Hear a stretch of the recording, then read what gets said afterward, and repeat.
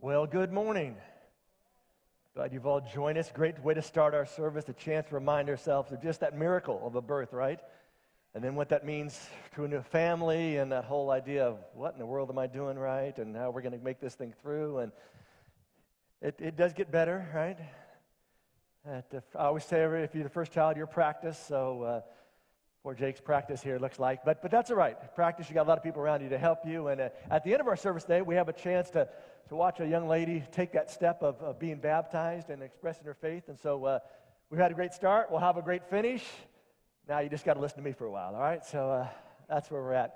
Hey, we kicked off a brand new series last week called Grow Stuff, this idea of the stuff that God uses to grow our faith. And the key thought that I shared with you last week that I want to remind you about again today is simply this, that when you change the way you look at things, the things you look at change. And you've seen it happen in your life, that something catches your eye or somebody explains something a different way and you think, I never thought about that and never looked at it that way, and then you begin to look at it that way and all of a sudden so many other things seem to be different because something has changed in your life. And that's really what this whole idea of faith growth is about, isn't it? It's changing the way we think. It isn't just solidifying the way we think, but it's making us stop and think, is what I've thought really true? And to be able to change that, there's some growth there that changes the impact of things. And today's faith growth thing is something that you have heard, you've experienced. In fact, it was on T-shirts and bumper stickers here not too long ago. Remember when we were in church? Stuff happens. Everybody say that with me. Stuff happens. That's right. Remember where we're at, all right? But hey, it's a reality, right? Stuff happens and none of us like it. In fact, we want to get through the stuff as quick as possible so we can get back to our life, right? We want to get it back to our normal, back to how life's supposed to work, not have to deal with the stuff. And so what happens is we get stuff happens. But I'll remind you again of the concept behind this whole series, this whole month, and that's simply that when you change the way you look at things, the things you look at change. So here's the idea I want to drop at the start, and then we're going to look at why it's true in just a moment. But stuff happens. I know some of you are thinking right now, what? How stupid what's crazy, right? How can stuff happening be a good thing? But I want you just to stick with me for a little bit because there's something we all need to look at in a different way, because when we see it a different way, maybe we'll begin to see the stuff that happens in our life in a different way, because I'm convinced that's really where God wants to get us to. But before we get there, I want to invite you to bow your heads and let's pray one more time together, all right?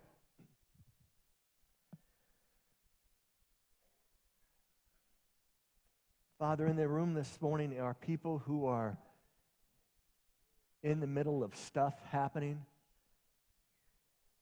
There are some of us who have just come out of that stuff, and there are some of us that are unaware that stuff will happen this week.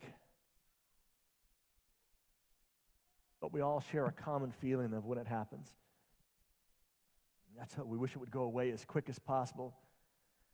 At times we ask, why is this happening? Why now?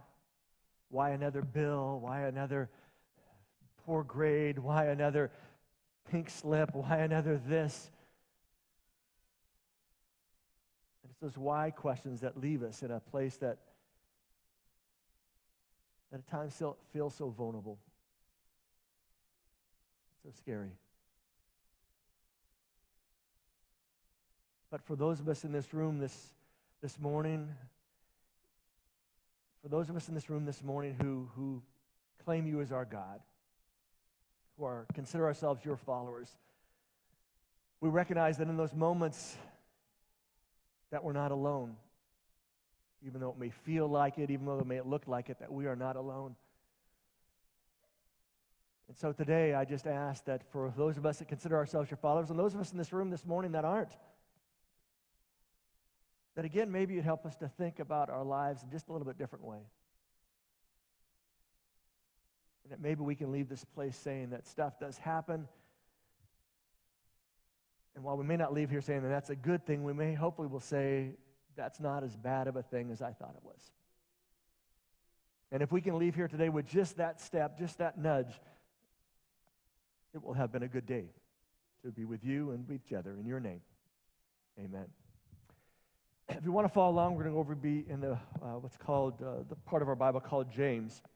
And James, a little background on him. James was one of Jesus' brothers. And he was not one of Jesus' followers when Jesus was here. He wasn't one of the 12 disciples. He's a guy that somehow later, we don't know his whole story of how he became a follower of Jesus enough to be put in the Bible as a writer. But I don't know about you. If somebody was to tell me my brother was the Messiah, there would have to be a whole lot of stuff happen in my life to be convinced that maybe it's true for you. But that's where James gets. James becomes a follower of his brother. And he writes some words, and at the very start of his book, he pens these words. He said, when you have many kinds of troubles, that is trials and testing, you should consider it all joy. To which we think, what's the matter? James is living in a whole different world, right? I mean, when you have all this stuff that happens, we're supposed to consider it all joy? But James knows that people, when they read this, are going to think he's a little off. Or he's a little too, faith, the Christian stuff that happens, we have all these cliches and statements to get us through. And for most people, even a lot of Christians, we think, that just doesn't make any sense. But I want you to stick with me because James is going someplace this. So when he says, listen, I want you to, when the stuff happens in life, I want you just to consider it really all joy. And there's a reason for it. Because you know that these troubles test your faith. And for those of us in the room this morning that consider ourselves followers of Jesus, people of faith, you know that when stuff happens, it tests our faith. It puts pressure on that. It makes us ask those questions of why, and how come this has happened, and why is this not going away? How come when I've prayed about this, it hasn't fixed? And James says, listen, you have to understand that you know that when troubles come along, they test your faith, and the stuff that happens is the stuff that makes faith happen. And who knew that that comes out when the stuff hits the fan? But James goes on. And this whole stuff happens, and it impacts your faith, it stretches your faith, it toughens your faith up, it develops your faith. When this all happens, this will give you perseverance. It will give you endurance. And some of us think, I'm okay with not that much endurance, right?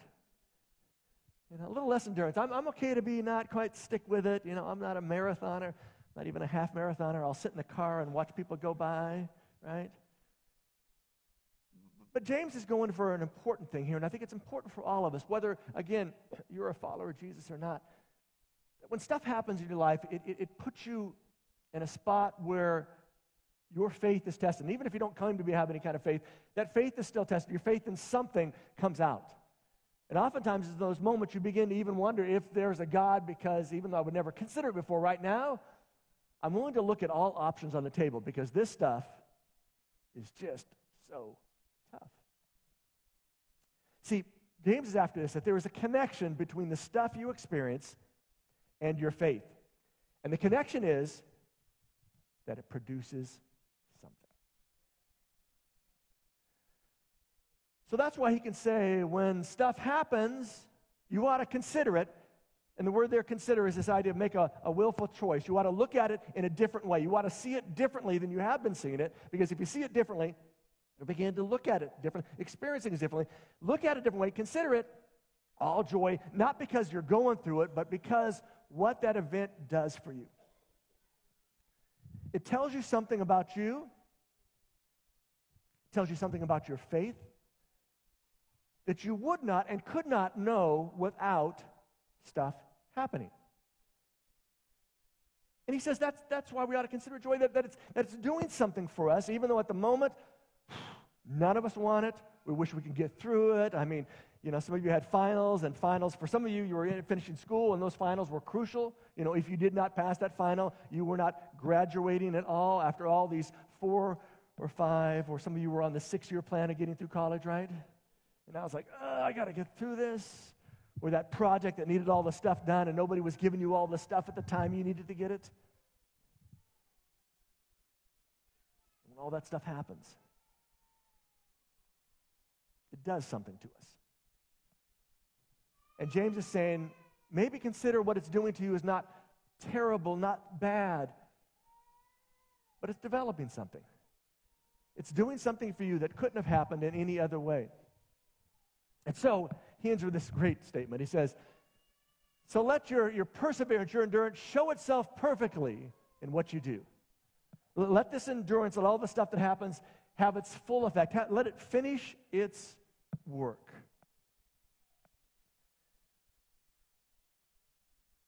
There's something important going on, James says. And if we try to short-circuit it, if we try to figure out a shortcut, if we call a timeout and just sort of step away, if we push back and say, I'm not going to play this game, that we will miss something. He says you ought to stick with it. You ought to stay in that spot. Let it develop what it needs to develop because it's doing something. It has this work in you, and it's finishing all of that work. And I was thinking this week about the stuff that I've experienced, the stuff that I've watched a lot of you experience, some of you right now experiencing. And to be able to step back, and one of the great things about looking at everybody else's stuff is that you have great advice. Have you noticed that? I mean, some of us have great advice for everybody else, right? We don't often take our own advice, even though we're saying I ought to do this, but I don't really want to do this, or no, that's not going to work. But man, you come to me, I can fix anything in your life. Me, not so much.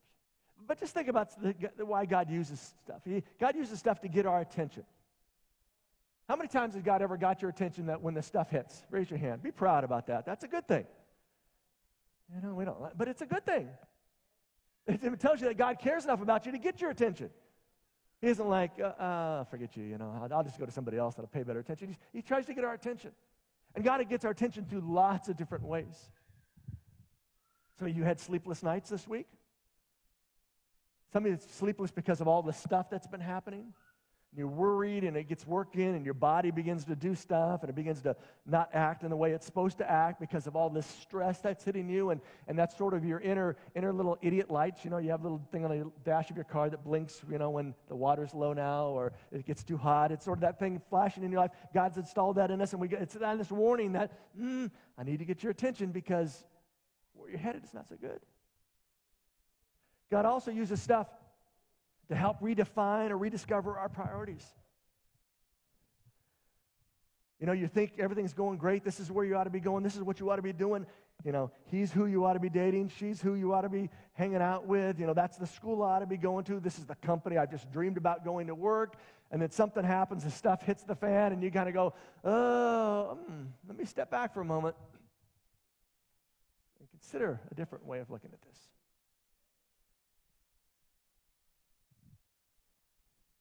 God also uses stuff to nudge us toward Him. In fact, if you've read your Bible much, you have seen this throughout the part we call the Old Testament. These stories, the stories of people's faith, stories of people following God, stories of people figuring out what that looks like, and the times it doesn't work so great. But there's this continuing theme throughout the Old Testament, and it goes something like this. The people recognized that they were off course. And in that moment, they cried out to God. In that moment, they sought God. The moment they turned towards God, and God met them there. And sometimes when stuff happens, it is God using that to nudge us, to pull us, to draw us, to maybe even to consider Him. Because there are people, I've known people that have become followers of Jesus simply out of a singular stuff happening event. Before that event, they gave no thought to God. There wasn't any reason to. I mean, life was going good. Things are happening. I'm living for the weekends. Woohoo, get here, party all weekend long. Go back to work. Monday, feel terrible. About Tuesday, Wednesday, get up, pretty speed. Then start thinking about the weekend, get the week. Life just kind of goes on. But then something happens. And in the midst of that stuff happening, they go, oh. Need to think, what's the purpose? What is, and sometimes it's in those big moments that God gets our attention in a way that He could not get any other way. There's another reason that God uses stuff. And that's to grow and to toughen and to stretch our faith.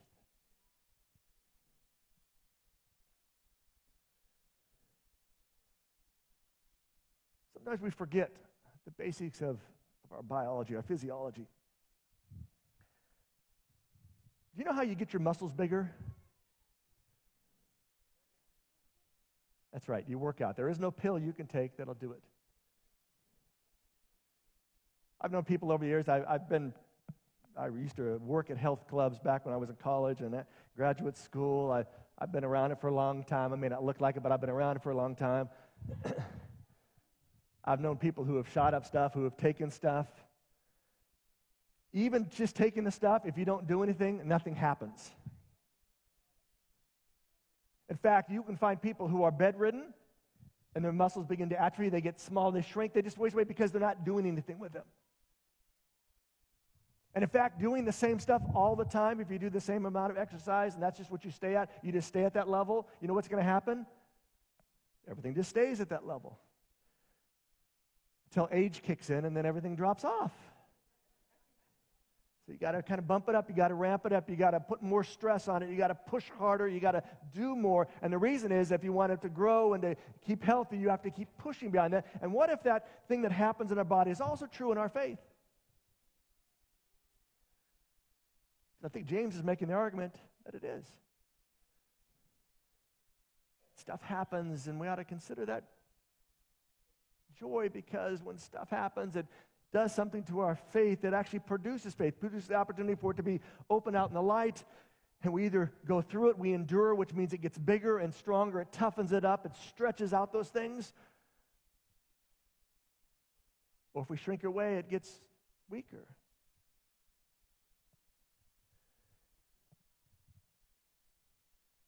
Then, James says, after this been doing all this work in life, then you will be perfect and complete, that is mature and whole. You will have everything you need, you will lack nothing. And he is not talking there again about what Kofi prayed about earlier, about the bigger house, or the corner office, or finishing that school. He's not talking about everything you need in that way. He's talking about everything you need for life as far as who your faith and your trust is in. Which brings me to my first point. You may want to write this down. It comes right after this, because stuff does happen, and that's a good thing. It's the only way your faith grows.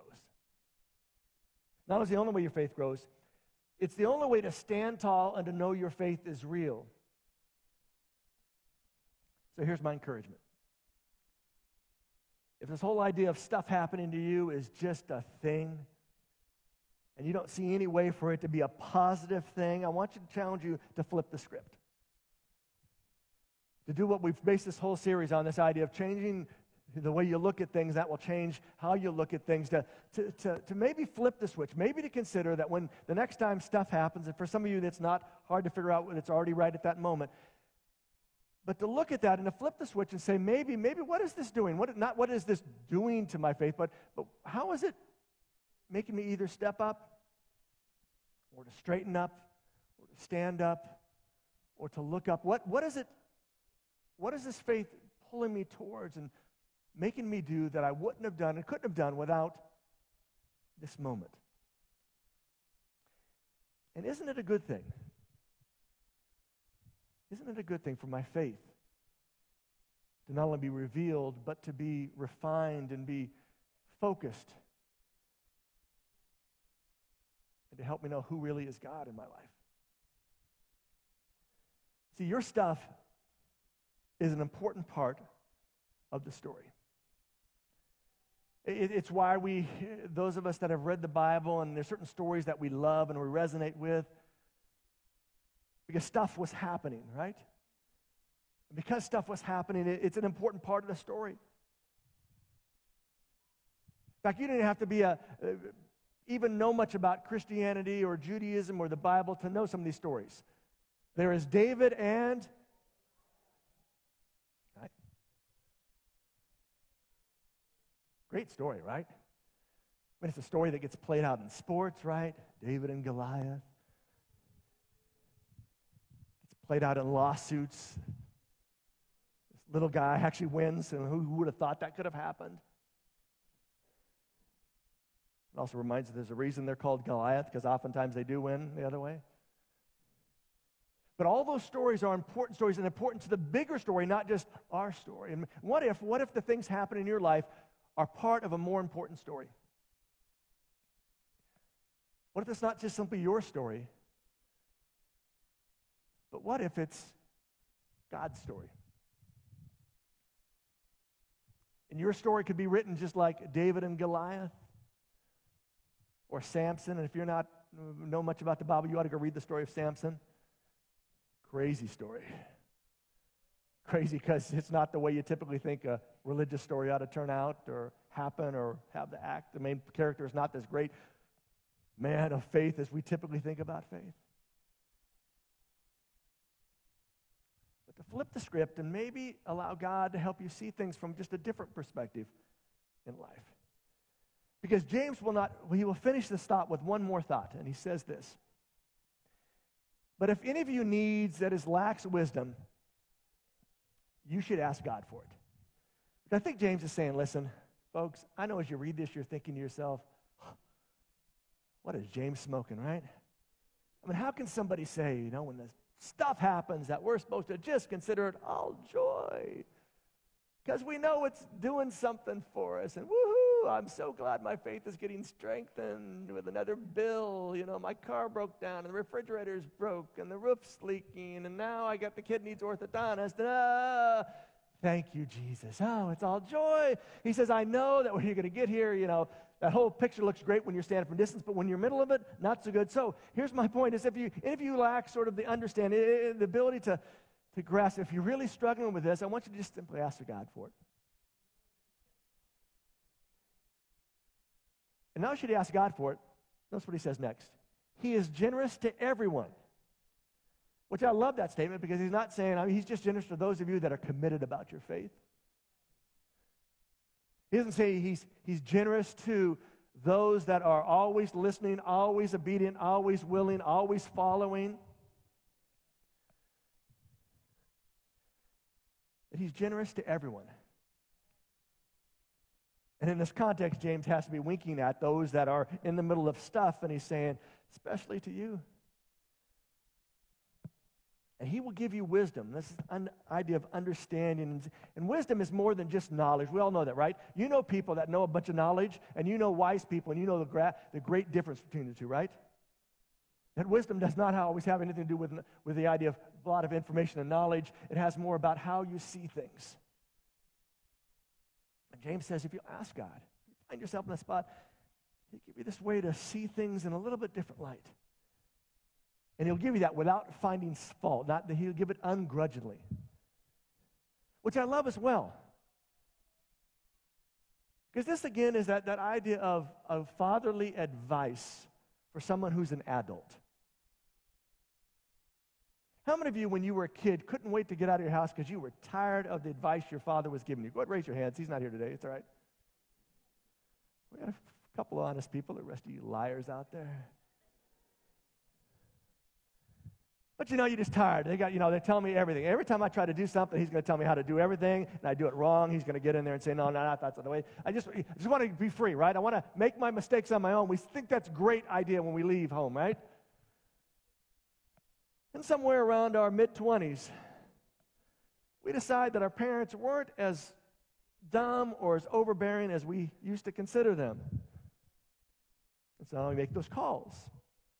And now being a father with two boys that have entered that stage and been in that stage for a number of years, I also recognize that what my dad did for me and what I try to do for them. That is, I give advice when I asked,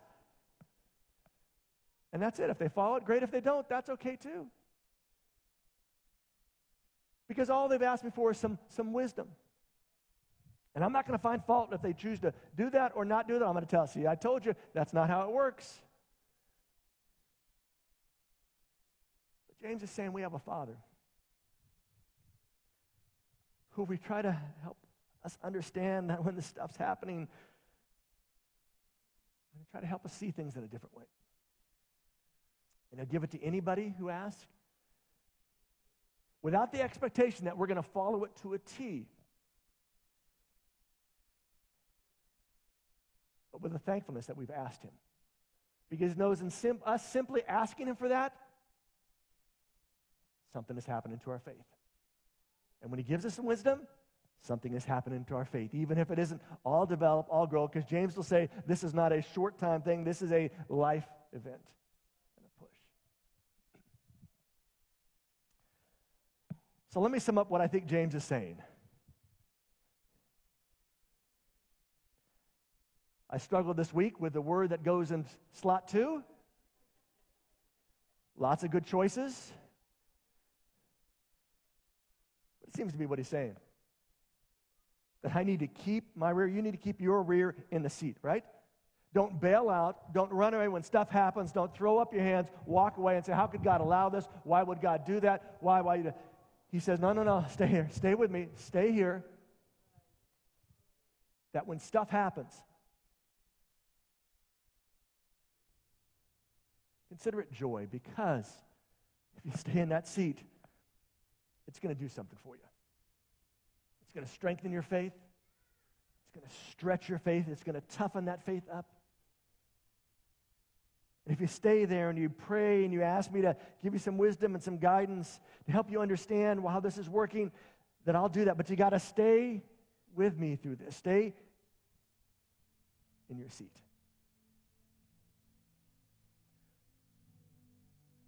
See, God leverages the worst for our best. It's a theme that happens over and over, this idea that God can take just stuff of life and somehow turn it for good. It doesn't mean it's always intended for good. It doesn't always mean it turns out so great and wonderful. But that God somehow is able to leverage that for things that maybe weren't the intention of it, but can bring something great and wonderful out of it. So we shouldn't try to get out of anything prematurely. Because if we do, we're not getting the full experience, the full benefit of what that moment, what that experience is doing. So let me wrap up today by asking you just to think about a couple of things. Why is it so easy to factor God out of our lives when things are good? You know, life's going good. I don't really need God because life's going good. So why is it so easy to factor God out of our lives when things are good and so difficult to factor him out when things aren't? You know, why, God? Why are you doing this to me? Why are you allowing this? For some of us, it's the moment when we actually make a faith turn. Not necessarily a decision, but a turn. Consider maybe there is a God that's doing something that's out there. See, when you feel God is doing something to you, you are liable to lose faith. But to see things in a different way. But if God is doing something in you so he can do something through you and for you, isn't that really what faith is about? Seeing things in a different way and reminding ourselves of what that difference is making in our lives. So, my encouragement today is just simply let faith do its thing. Part of that is to toughen us up. And I know that's sort of in families, kind of the male job in general. I was the one to toughen the boys up. Lori was the one to comfort them and kiss their boo-boos and tell them everything was going to be fine and all going to get better. And I was the one to just say, suck it up and get back out on the bicycle, right? And we need both. And I think that's the important thing to remember. We need both those ideas. So let faith do its thing now. Help it to toughen you up. Help it to help you stand up straighter. That's part of faith too. Begin to believe in who God has made you, who God is making you, what he's doing in your life, who your faith is in, and even what that means that you can do now that you couldn't do before simply because God now is in your life. And to be able to do that by standing up in those moments. I want you to keep those ideas in mind as we sing this song one more time that we sang earlier.